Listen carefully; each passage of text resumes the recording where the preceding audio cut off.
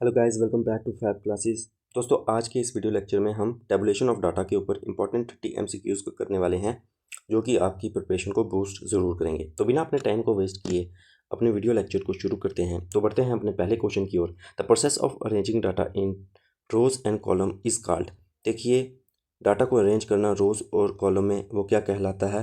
तो वो टेबुलेशन कहलाता है। तो राइट आंसर आएगा बी, टेबुलेशन। ठीक है, तो क्वेश्चन नंबर 2 की ओर बढ़ते हैं। हमारा क्वेश्चन नंबर 2 है, the headings given to the row of a table are known as. देखिए, रोज की हेडिंग को क्या कहा जाता है? तो रोज की हेडिंग को स्टब कहा जाता है। ठीक है ना, तो रो की हेडिंग को क्या कहा जाता है? तो रो की हेडिंग को स्टब्स कहा जाता है। ठीक है, और कैप्शन किसकी हेडिंग को कहते हैं? तो वो कॉलम की हेडिंग को कहते हैं। ओके, तो क्वेश्चन नंबर 3 की ओर बढ़ते हैं। तो क्वेश्चन नंबर 3 है, the headings given to the column of a table. देखिए, कॉलम ऑफ अ टेबल को क्या कहा जाता है? तो उनको कैप्शंस कहा जाता है। ओके, तो उनको क्या कहा जाता है? उनको कैप्शंस कहा जाता है। तो क्वेश्चन नंबर 4 की ओर बढ़ते हैं। क्वेश्चन नंबर 4 है, which part of the table contains the main numerical information और डाटा। देखिए, टेबल का कौन सा पार्ट जो है वो मेन न्यूमेरिकल इन्फॉर्मेशन या फिर डाटा को जो है कंटेन करता है? तो वो सिंपली बॉडी होती है। ठीक है ना, बॉडी में ही जो है मेन डाटा आता है। ठीक है ना, तो राइट आंसर आएगा सी। तो क्वेश्चन नंबर 5 की ओर बढ़ते हैं। तो हमारा क्वेश्चन नंबर 5 है, a table that summarizes data from two or more characteristics simultaneously is called. देखिए, एक ऐसा टेबल जो कि समराइज करता है डाटा को दो या मोर करेक्टरिस्टिक्स के ऊपर। किसकी बात चल रही है? दो या दो से ज़्यादा। तो वो कौन से टाइप का टेबल होता है? तो वो कम्प्लेक्स टेबल होता है। तो वो कम्प्लेक्स टेबल होता है। ठीक है, तो क्वेश्चन नंबर 6 की ओर बढ़ते हैं। हमारा क्वेश्चन नंबर 6 है, in a statistical table foot notes generally placed. देखिए, स्टैटिस्टिकल टेबल में जो फुट नोट्स होते हैं वो कहाँ पर होते हैं? तो वो होते हैं below the body but above the source note. ठीक है ना, सोर्स नोट से ऊपर होंगे लेकिन बॉडी से नीचे होंगे। ठीक है ना, तो राइट आंसर आएगा बी। ठीक है ना, तो इसका आप ये पढ़ लेते हैं एक्सप्लेनेशन। देखिए, footnotes are used to clarify specific points in the table and are placed at the very bottom followed only by the source of the data. सबसे नीचे तो सोर्स ऑफ डाटा आता है कि हमने ये डाटा लिया कहाँ है, और लॉजिक जो उसके ऊपर जो फुट नोट्स जो है ना वो उसके ऊपर आएंगे। ठीक है ना, सिंपल सा लॉजिक है, आपको समझ आ गया होगा। तो क्वेश्चन नंबर 7 की ओर बढ़ते हैं। The main purpose of tabulation is. देखिए, टेबुलेशन का मेन पर्पस क्या होता है? तो उसका सिंपली होता है simplify complex data and facilitate comparison. ठीक है ना, कि क्या करना है? हमने कॉम्प्लेक्स डाटा को सिंप्लीफाई करना है और फैसिलिटेट करना है कंपैरिजन को। ओके, तो क्वेश्चन नंबर 8 की ओर बढ़ते हैं। हमारा क्वेश्चन नंबर 8 है, a table designed for a specific purpose और to answer a particular question is known as. देखिए, अगर हम कोई टेबल बनाते हैं एक स्पेसिफिक पर्पस के लिए, किसके लिए? स्पेसिफिक पर्पस के लिए, तो उसको हम क्या नाम देते हैं? तो उसको हम स्पेशल पर्पस या जिस समरी टेबल कहते हैं, या तो स्पेशल पर्पस या तो समरी टेबल। ठीक है ना, जनरल पर्पस टेबल या मास्टर।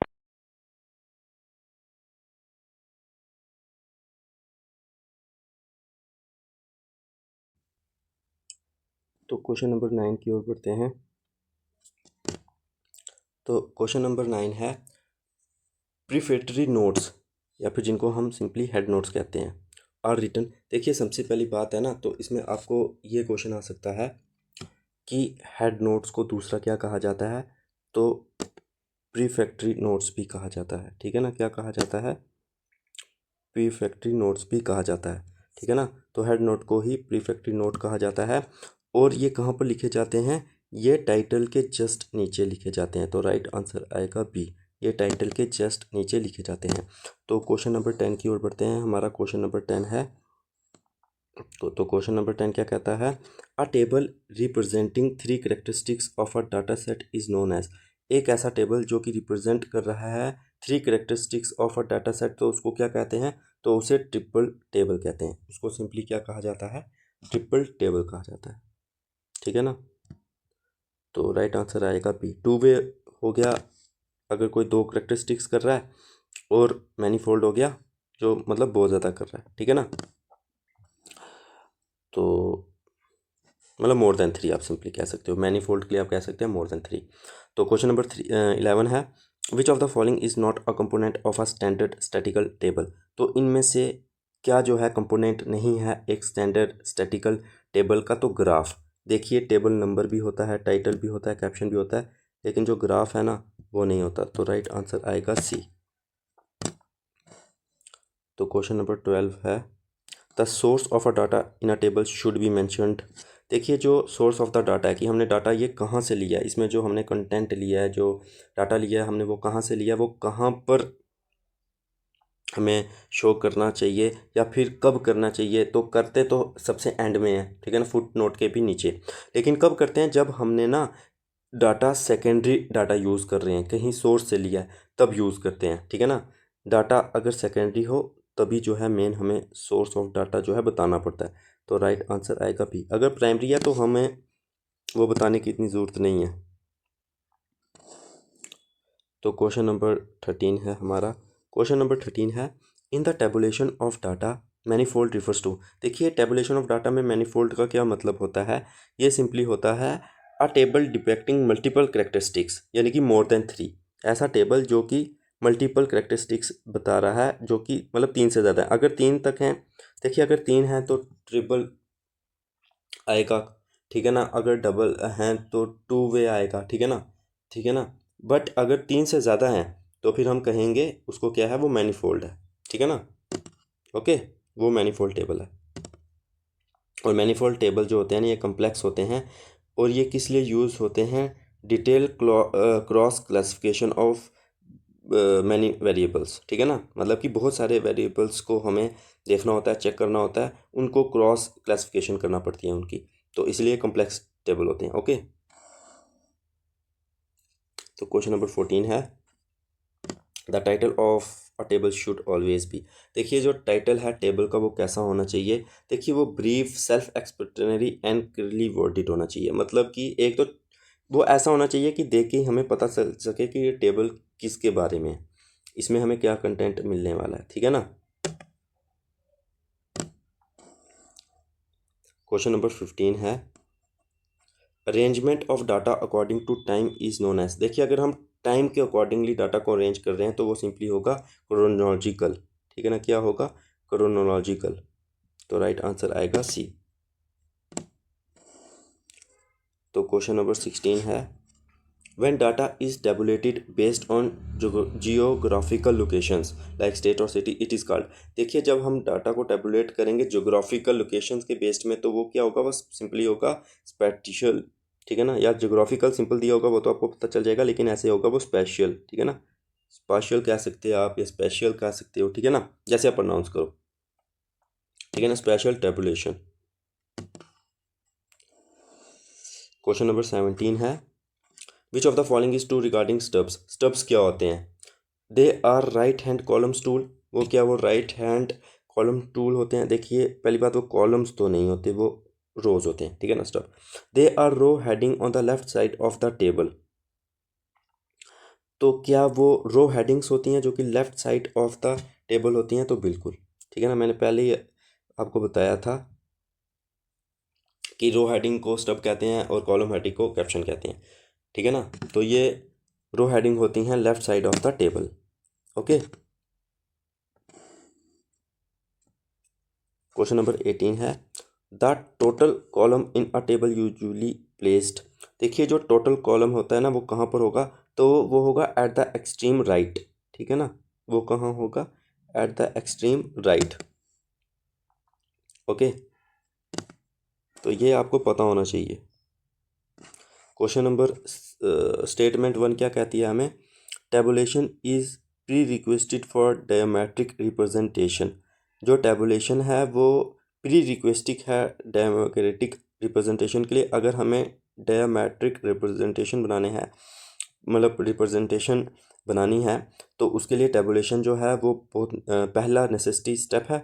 और दूसरा कहता है classification and tabulation are the same process. और क्लासिफिकेशन और टेबुलेशन जो है वो सेम प्रोसेस है। देखिए दूसरा तो पहले ही गलत हो गया कि क्लासिफिकेशन और टेबुलेशन वो सेम प्रोसेस नहीं होता, लेकिन हाँ टेबुलेशन जो है वो एक प्री रिक्वेस्टिक होता है डेमोक्रेटिक रिप्रेजेंटेशन ऑफ डाटा के लिए। तो राइट आंसर आएगा A, only one is correct. Okay,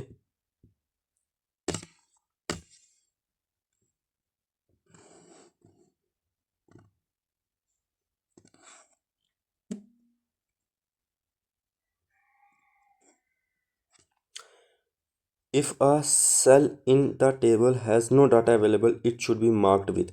देखिए, अगर एक सेल तो आपको पता है ना, interaction of row and column, ये हम एम एस एक्सेल में भी पढ़ते हैं कंप्यूटर में, ठीक है ना, ठीक है ना। तो सेल में अगर कोई डाटा नहीं अवेलेबल है तो उसको हम कैसे मार्क करेंगे?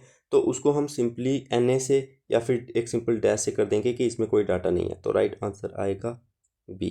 ओके,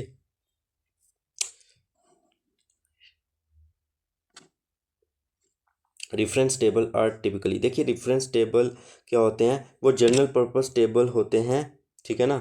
जो सिंपल सी बात है, वो जनरल पर्पस टेबल होते हैं जिसको हम मास्टर टेबल भी कहते हैं, ठीक है ना। समझ आइए आपको? हम्म।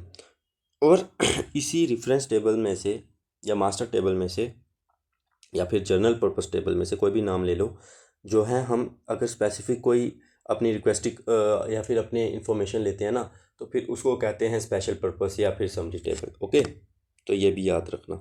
तो क्वेश्चन नंबर 22 की ओर बढ़ते हैं। तो हमारा क्वेश्चन नंबर 22 है, which part of the table helps in verifying the accuracy of the data mention in the body. तो कौन सा पार्ट है टेबल का जो कि हमें हेल्प करता है वेरीफाई करने में कि जो हमने डाटा लिया है उसकी एक्यूरेसी क्या है? तो वो सिंपली सोर्स नोट है। ये तो क्वेश्चन में ही आंसर छुपा है, ठीक है ना। फिर क्वेश्चन नंबर 23 है, tabulation of data based on attributes like gender और रिलीजन इज कॉल्ड। देखिए, अगर कोई टेबुलेशन ऑफ डाटा है और किस एट्रीब्यूट्स पर है, जेंडर और रिलीजन, तो ये क्या होगा? तो ये सिंपली क्वालिटेटिव टेबुलेशन हुआ। क्या हुआ? ये क्वालिटेटिव टेबुलेशन हुआ, ठीक है ना। क्वेश्चन नंबर 24 है, derivative tables are those which express data in terms of. देखिए, डेरिवेटिव टेबल्स वो होती हैं जो डाटा को एक्सप्रेस करें रेशियोज में, परसेंटेज में या फिर एवरेजेस में। तो राइट आंसर आएगा बी। क्वेश्चन नंबर 25 है, the ruling and spacing in a table should be. देखिए, जो रूलिंग है और स्पेसिंग है टेबल में, वो क्या होना चाहिए?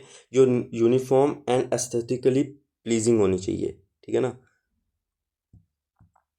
ओके, इसकी इंफॉर्मेशन भी हम पढ़ लेते हैं कि इसका क्या मतलब हुआ। देखिए, proper proper spacing and lines make the table readable and prevent the rows and column for blending into each other. अगर हम प्रॉपर स्पेसिंग और लाइन का यूज़ करते हैं तो वो टेबल को पढ़ने में मदद करता है, और जो रो और कॉलम है वो एक दूसरे के बीच में नहीं घुसती, मतलब एक प्रॉपर स्पेस रहती है जिसमें से वो हमें अच्छी तरीके पढ़ा जाता है, ठीक है। तो क्वेश्चन नंबर 26 की ओर बढ़ते हैं। क्वेश्चन नंबर 26 है, large numbers in a table example 10, 45, 67 या जितने भी आप लगा लो, शुड प्रेफरेबली बी। देखिए, अगर लार्ज नंबर्स होंगे टेबल में तो हम वो कैसे लिखेंगे? तो हम राउंड ऑफ में लिखेंगे, ठीक है ना। और हम ये ऊपर बता देंगे हेड नोट में कि हम इस किस में ले रहे हैं, ठीक है ना। लैक्स में ले रहे हैं, करोड्स में ले रहे हैं, टन्स में ले रहे हैं, ठीक है ना। तो ये सिंपली हम बता देंगे, तो राइट आंसर आएगा बी, ठीक है ना। अब अगर सिंपली अगर आप 10L लिखेंगे वो इजी है, या पूरा फिगर में 10 लाख लिखेंगे कि वो इजी है, ठीक है ना। तो बस ये आपको ये याद रखना है। क्वेश्चन नंबर 27 है, when the data is arrange according to the magnitude of the variables, for example income group, it is called. देखिए, अगर आप मैग्नीट्यूड ऑफ द वेरिएबल के बेस पर डाटा को अरेंज करेंगे तो वो क्या होगा? वो क्वांटिटेटिव होगा, वो सिंपली क्वांटिटेटिव होगा, ठीक है ना। क्वालिटेटिव मतलब अगर आप किसी की क्वालिटी के बेस पर कर रहे हो तो वो क्वालिटेटिव है, अगर मैग्नीट्यूड के ऊपर कर रहे हैं तो वो सिंपली है क्या? क्वांटिटेटिव। तो क्वेश्चन नंबर 28 है, box head in the table include. देखिए, बॉक्स हेड में क्या आता है? तो बॉक्स हेड में आता है the whole upper part including captions, ठीक है ना। जितना भी अपर का पार्ट है वो सब आएगा और उसमें कैप्शंस भी आएंगे। कैप्शन क्या होते हैं? Column heading. ओके, तो राइट आंसर है ए। तो क्वेश्चन नंबर 29 की ओर बढ़ते हैं। हमारा क्वेश्चन नंबर 29 है, a table that is use as a primary source for other table is आ। देखिए, अगर ऐसा टेबल जो कि प्राइमरी सोर्स की तरह यूज़ होता है दूसरे टेबल के लिए, तो वो क्या होता है? वो मास्टर टेबल होता है। मैं ऊपर ही एक्सप्लेन कर चुका हूँ, ठीक है ना। वो होता है मास्टर टेबल, जिसे हम रेफरेंस टेबल भी कहते हैं, जनरल पर्पस टेबल भी कहते हैं, जो मर्जी कह लो यार, ठीक है। तो क्वेश्चन नंबर 30 है, which of the following is a rule for good tabulation. Good tabulation के लिए क्या रूल है? Figure should be arrange to facilitate comparison. बिल्कुल ऐसे होने चाहिए कि कंपैरिजन हो सके। Total must be shown for all rows and column.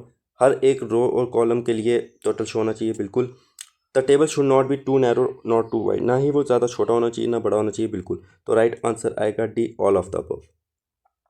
ठीक है ना, all of the above is the right answer. ठीक है, तो दोस्तों आज की वीडियो में हमने टेबुलेशन ऑफ डाटा के ऊपर इंपॉर्टेंट एमसीक्यू किए हैं। उम्मीद है कि ये वीडियो आपके लिए बेनिफिशियल रही होगी। अब मिलेंगे नेक्स्ट वीडियो में। बाय।